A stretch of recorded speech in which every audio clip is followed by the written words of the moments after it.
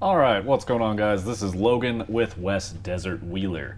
We are starting this video off with one of my favorite spots in Sand Hollow. This is a really cool crack, and as any of my RC fans know, that I love to drive cracks. It's super fun to keep the vehicles balanced, especially when it's technical and the walls are shifting and changing along the way, and you have to keep your car balanced while sometimes letting your car articulate and making your car wide enough to span gaps and fun stuff like that. So what are we looking at here? This is a red dot. So this is one of the toughest trail cars ever built, and those were put together by Kevin Carroll, who is unfortunately no longer with us here. But this is Greg Higgs' red dot. And just out on the trails today with Greg, and he had a passenger in the car who had never experienced rock crawling before, so he broke him in the right way by taking him out in the red dot and running just some awesome canyon trails available in Sand Hollow. So one thing that makes red dots special is that they had a completely new drivetrain, and then they have just some of the absolute beefiest components available. My first experiences driving a rock crawler for a day was actually in a red dot, and so they hold a bit of a special place for me, as the first time I ever really got to go out and crawl for an extended period of time was in Mike's red dot, which I am still thankful for to this very day. So absolutely. So this particular trail is at the end of the trail Arrowhead in Sand Hollow. If you have ever run Arrowhead before, you know that it ends and you exit off to the right and you go up a big steep hill, and then there's a sand road to take you wherever you want to go next. The alternative option is to go through here, which is called Broken Arrow. Now it's not very long, but it does have this spot right here on screen that is one of the most technical spots to work your way through. And the reason it's very difficult, as you can see where Greg Higgs is at, he can't see what is behind the rock that his tire is dropping down. And unfortunately, once your car does that, you realize, uh-oh, I did not have a big enough bite on the front end of that. And you can see him here working the steering and giving lots of throttle to this thing. Red dots came with LS3 engines, so these things have like 500 horsepower, and he's pushing the power to this car, and to the car's credit, it's incredibly strong and it takes it. It really didn't care at all.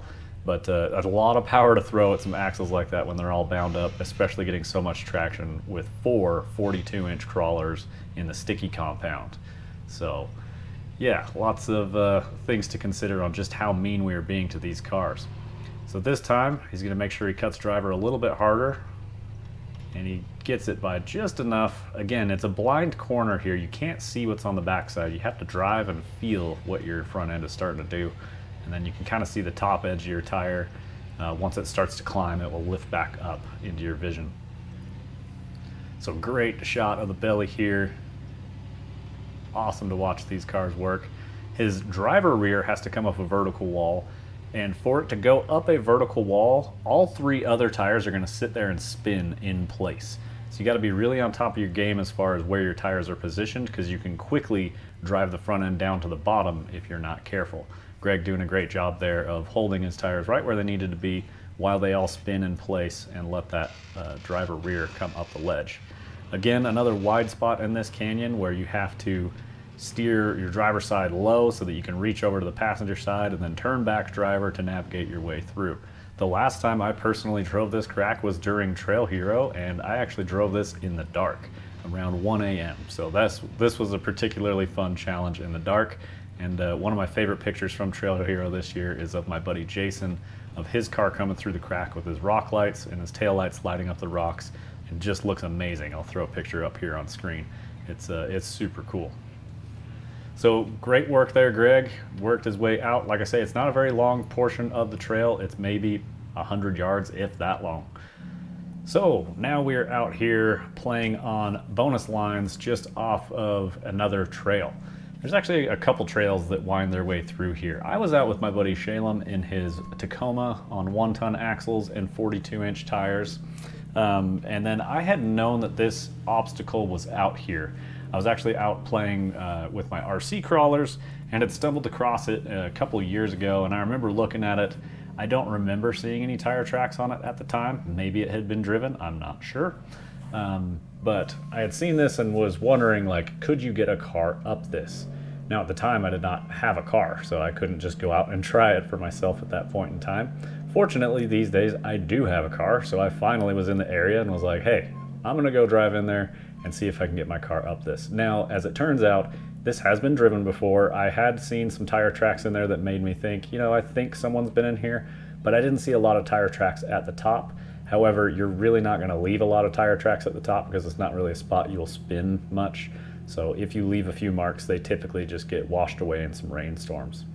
What's funny is I wasn't sure if anybody had driven this, and then I was talking to the previous owner of my car, and he sent me a picture of my car in this exact spot where he drove it a few years ago. Yeah, so this is on a trail called Balthazar. So if that name sounds somewhat familiar to you, it's actually part of the Smurfs, apparently, and he's the bad guy in the Smurfs. So I didn't know that. I'll have to tell you honestly, I didn't know that's what this trail name meant. Because there's a trail nearby called Papa Smurf, and that's what Shalem and I were out there driving. That's just something a little more appropriate for his truck, a full body rig without rear steer that he doesn't particularly want to beat up yet. Hopefully one day he starts pushing it a little bit harder. But yeah, so we were running Papa Smurf. I believe that's like an 8 rated trail.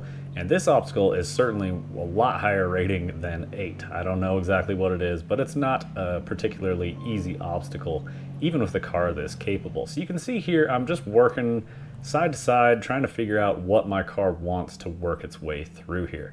I had tried driving the driver rear high and then trying to turn my rear tire into the passenger side wall to keep it balanced, but I could never quite find a line where the car wanted to stay balanced on both sides. So right here, I'm trying a high passenger rear, and as I turn the driver back, it just slips in.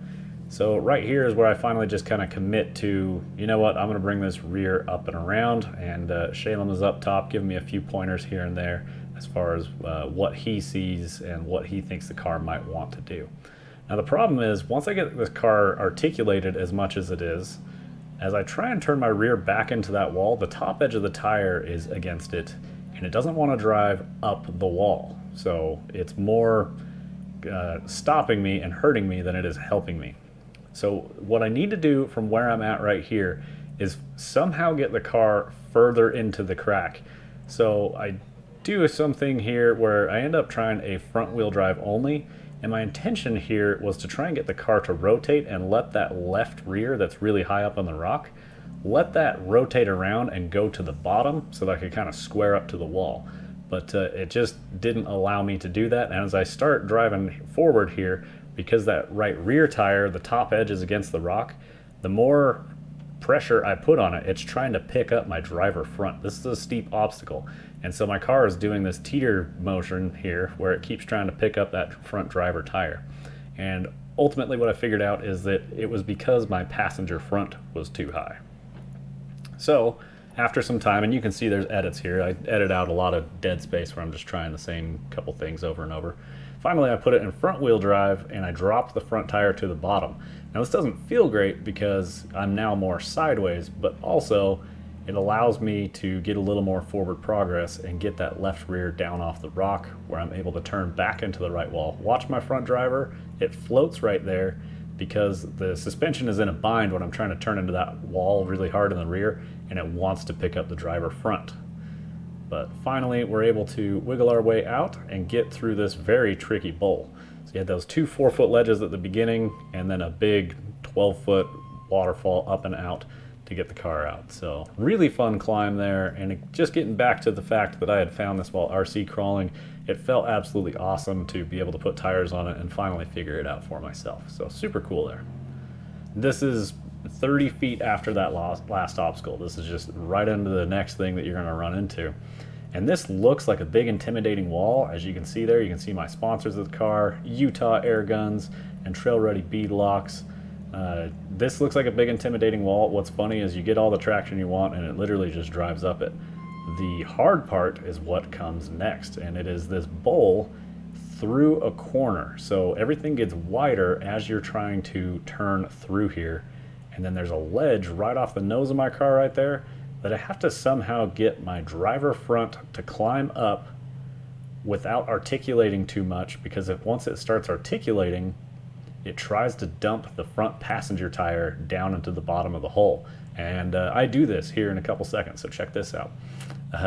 Unfortunately, I did not get the line right. Now, as you can see where my driver tire is here, basically to the left of that pumpkin on my front axle, there's a flat ledge that I have like the full tread of the tire on. I'm actually a few inches onto that flat ledge. Look how sideways things are getting for me here. It's pretty funny.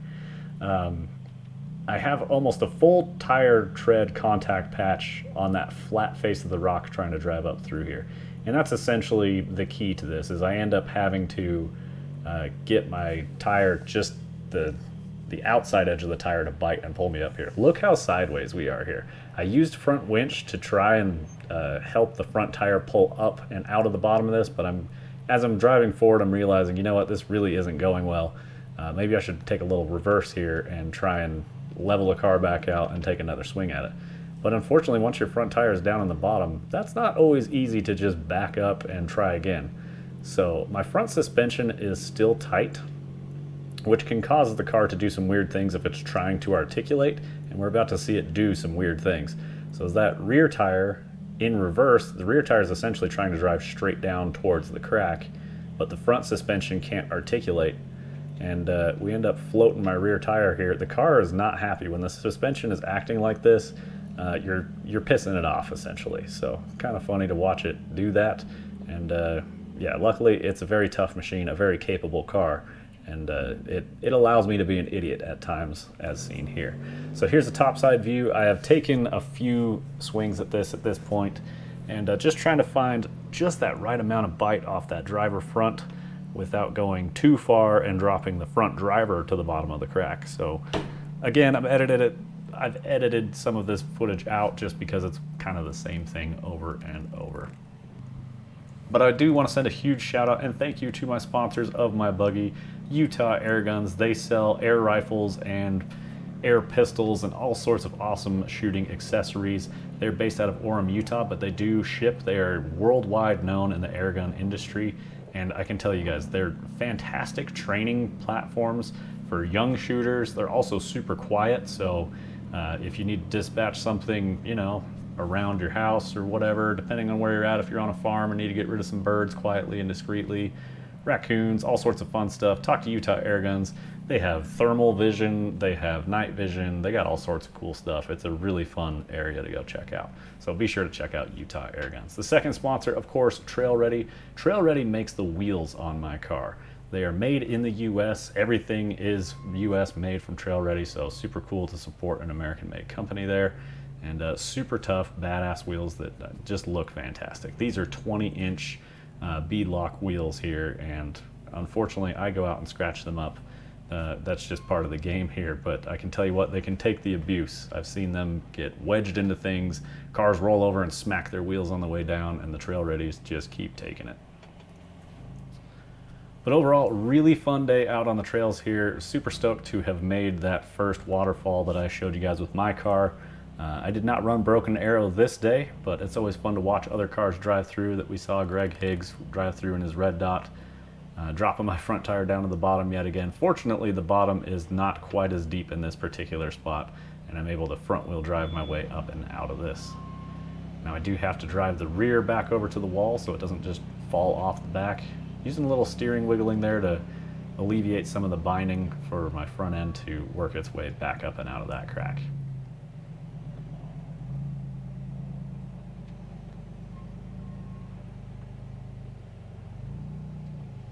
So for anybody wondering, this is a Hulsey Engineering chassis. It is their 3-seat XL chassis.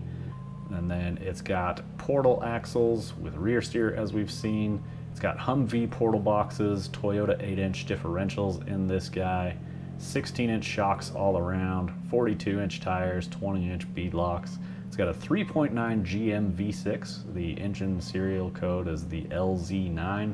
I think you can find those in like Impalas and stuff. They're a very robust engine, and I think they have somewhere around 300 pound-feet of torque somewhere in there. So thank you guys so much for watching. I greatly appreciate your time. Keep the rubber side down.